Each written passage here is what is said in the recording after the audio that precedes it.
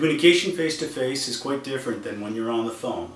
When you're communicating face-to-face, only 7% of what you're communicating is by the words you use, and 93% is by non-verbal things such as your body language, your facial expression, etc.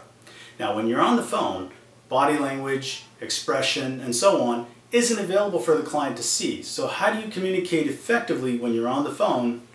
Well, research has shown, as I mentioned, face-to-face, 93% is non-verbal and 7% is verbal. So when we look at communication over the phone, still 90% of the communication that happens in that phone conversation is still nonverbal.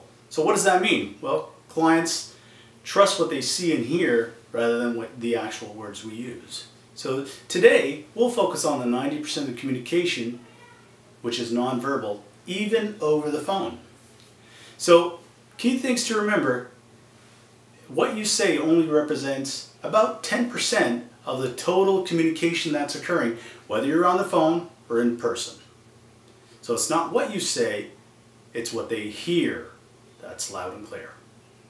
So a few common nonverbal things could be tone, pitch, volume, pace, your breathing, etc. So let's go back to small fundamental communication basics to illustrate a point. Well, let me first of all start off by saying, if your voice is monotone over the phone, what does that say to your client? Does that build rapport? Does that connect?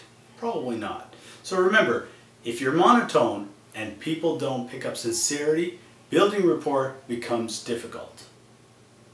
So whether you like it or not, your clients are going to size you up, just like they do visually when they see you in person. So based on your energy level, tone of voice, they're going to pick up immediately on what kind of mood you're in. Even though we don't have direct visual, people get the pictures of who they're talking to on the phone. So your tone of voice, angry, sad, confused, the tone changes the meaning. So I'd like you to try an exercise for me.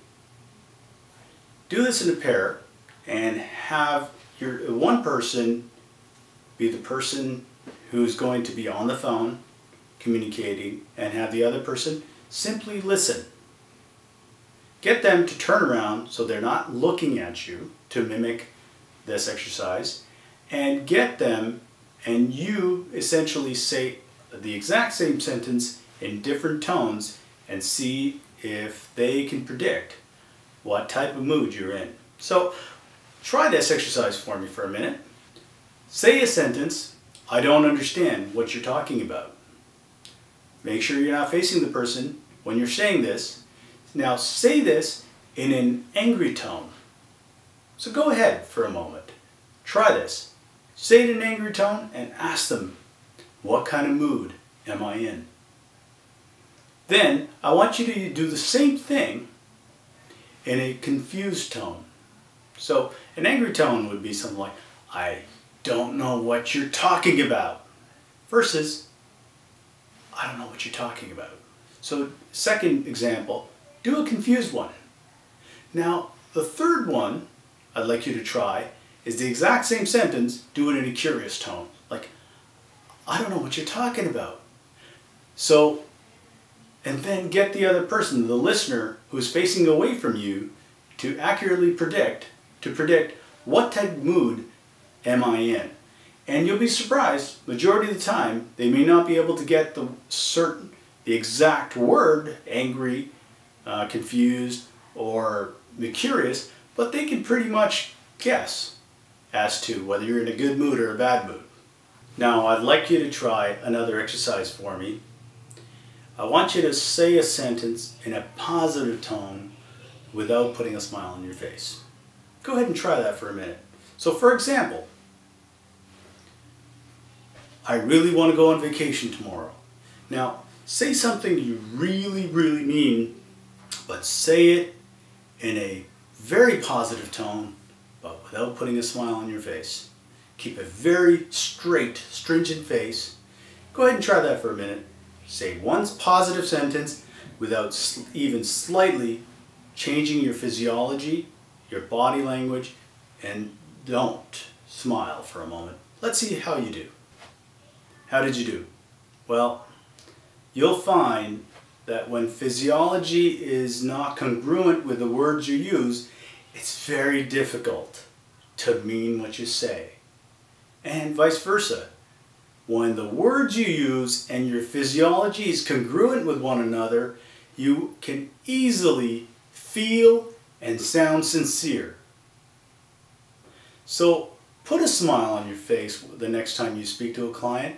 It will be evident in your tone of voice because they can accurately predict how you feel. A quick tip about smiling.